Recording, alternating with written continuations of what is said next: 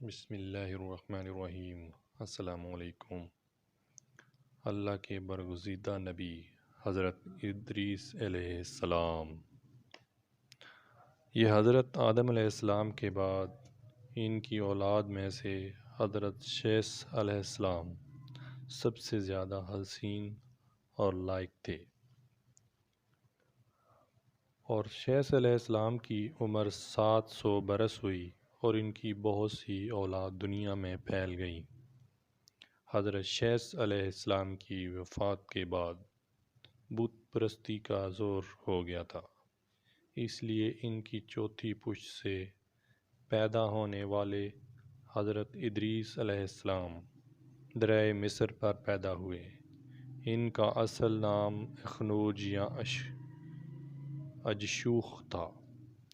آپ کو صحائف الہی کی تدریس اور درس تدریس کا بہت شوق تھا، اس لیے آپ کا لقب ادریس علیہ السلام ہو گیا۔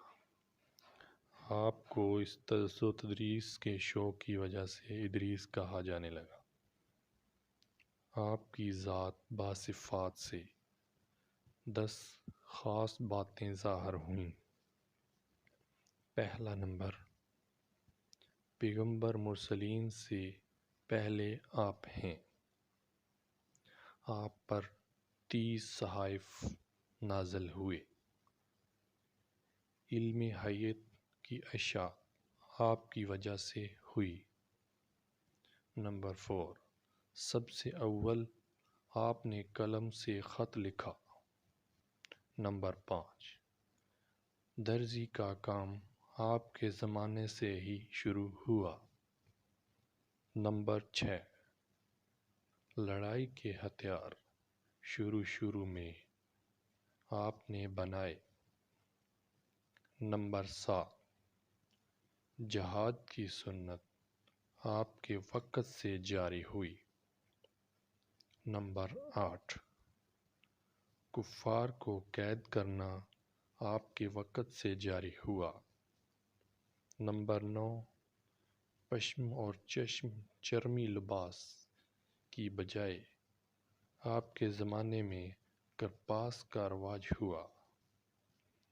آپ نے اپنی قوم کو طوفان نوح علیہ السلام آنے کی اطلاع دی۔ آپ قرآن پاک کی آیت کے مطابق آسمان پر اٹھا لیے گئے۔ آپ کو 615 برس کی عمر میں آسمان پر اٹھایا گیا اور پھر واپس نہ آئے۔ آپ نے 65 سال کی عمر میں نکاح کیا تھا۔ آپ کے ہاں ایک فرزند مشوشیخ نام پیدا ہوا۔ مشوشیخ کے ایک لڑکا تمسک ہوا۔ حضرت نوح علیہ السلام بھی تمسک کی اولاد میں ہیں۔